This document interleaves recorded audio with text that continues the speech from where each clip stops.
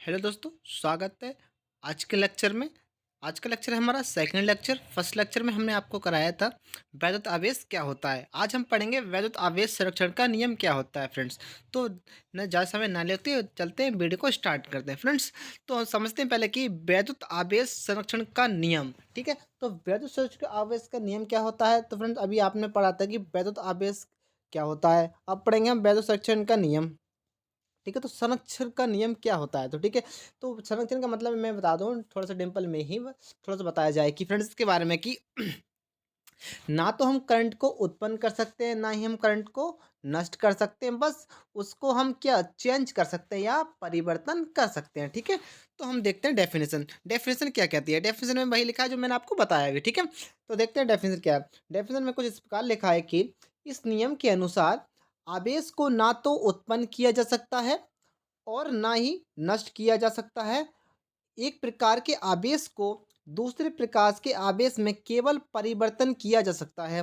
क्या यही डेफिनेशन मैंने आपको बताया था, वही यहाँ पर डेफिनेशन की है। तो वैद्युत संरक्षण का नियम कहलाता है फ्रेंड्स। ठीक है, तो ये हमारा वैद्युत संरक्षण का नियम होगा। अब देखेंगे हम क्या मूल आवेश फंडामेंटल चार्ज क्या होता है। तो फंडामेंटल चार्ज क्या होता है फ्रेंड्स, जो हमारे सिस्टम है।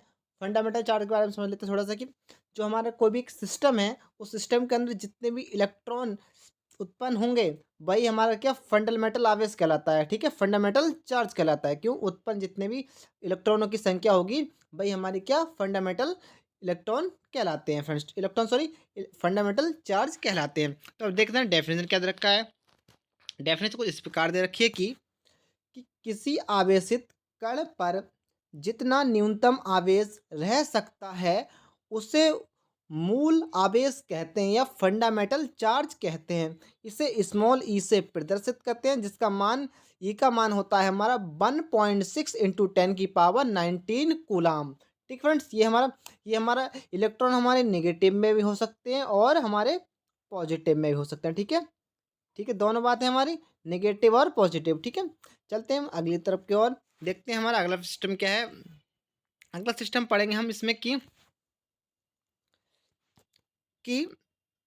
वैद्युत सॉरी आवेश का क्वांटीकरण या परमाणुकता क्या होती है फ्रेंड्स। तो आवेश का क्वांटीकरण क्या होता है और परमाणुकता क्या होता है फ्रेंड्स। यहाँ पर पिछली बार 2023 में आपसे एक एग्जाम में क्वेश्चन पूछा था फिजिक्स 12th क्लास में कि क्वांटम संख्या क्या होती है। तो क्वांटम आवेश क्या होता है। तो फ्रेंड्स शॉर्ट में पूछा था 3 मार्क्स में। तो फ्रेंड्स क्वांटम संख्या यहाँ पर बता रहा था आपको क्या होता है फ्रेंड्स, और यह परमाणुकता के नाम से पूछ सकता है फ्रेंड्स। दोनों को हम एक ही है कहते हैं, परमाणुकता या क्वांटीकरण। ठीक है, तो देखते हैं क्वांटीकरण क्या होता है। क्वांटी का आप समझते हैं, क्वांटमकरण मतलब अलग अलग करना। ठीक है, क्वांटम का मतलब है अलग अलग करना। यहाँ पर बहुत सारे चार्ज होंगे हमारे, ऐसे कि E1 E2 प्लस E3, या ये चार्ज हमारे नेगेटिव में भी हो सकते हैं और पॉजिटिव में भी हो सकते हैं। तो देखते हैं हम डेफिनेशन के माध्यम से समझते हैं कि डेफिनेशन हमारी क्या कह रही है।